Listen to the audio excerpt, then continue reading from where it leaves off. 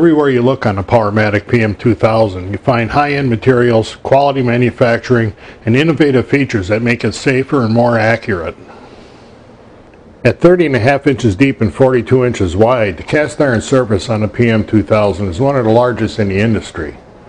Add the right side extension table for the 50-inch fence system, and the table expands to 75 inches long.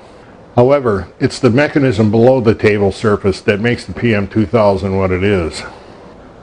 The PM2000 is based on a huge box-style cast iron mechanism. The arbor is mounted in high-end ball bearings in this cast iron housing.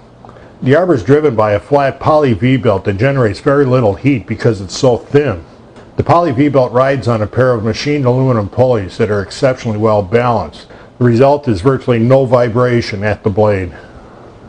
To make changing blades easier, the PM2000 has a push-button device that indexes into cutouts in the rear blade washer. To further ease the blade changing process, Powermatic includes a 27mm forged steel combination wrench.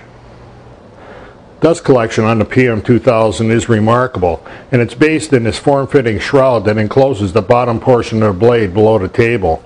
The shroud is mounted on the blade arbor so it follows it through all the blade height and bevel changes. The blade guard system on the PM2000 is remarkable in its safety, ease of use, and versatility. Because the side panels are independent, only the one with wood under it will rise up. The other one remains flat on the table, enhances dust collection, and prevents debris from kicking out. The side panels can be rotated up out of the way for doing things like setting cut widths. The PM2000 blade guard is designed to be tool-free, yet allow quick access to the blade or other things in the throat area. Just push a button on the back of the blade guard, that assembly comes off. Then a kickback pulls also come off with the push of a button, and the throat plate comes out. You don't even have to take the splitter off. If you want to take the splitter off, flip its lever, and it comes out also. Because the splitter plate and riving knives are mounted to the same boss as the blade arbor, they move with the blade and maintain their gap and alignment through any blade height or bevel settings. A standard thickness splitter plate is supplied with the PM2000, but a narrow curve version is available as an accessory. Riving knives in both standard and narrow curve thicknesses are available as an accessory. A composite zero clearance insert plate is available for the PM2000. It comes slotted for the splitter plate or riving knives, and all you have to do is cut the curve for your blade.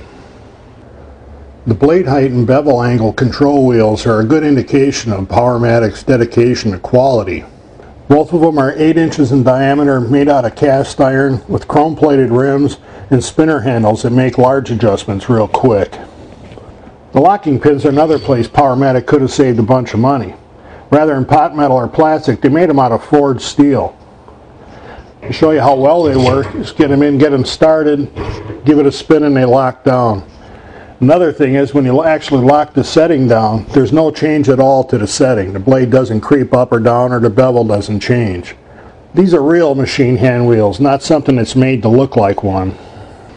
We covered the AccuFence pretty closely in the text, but one of the things that I really like about it is these high-density polyethylene faces.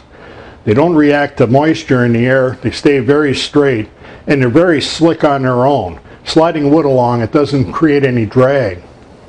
The AccuFence adjusts normally, with adjustments on top for getting the faces square to the table surface, and on the front for getting it parallel to the miter slots. Though I've used this saw for well over a month and used it heavily, these settings haven't changed a bit. All the parts for the locking handle are made using the powdered metal process, which is very expensive, but makes very precise and tough parts. The handle is deceptively easy to move. You push it over center and the fence is locked down solidly.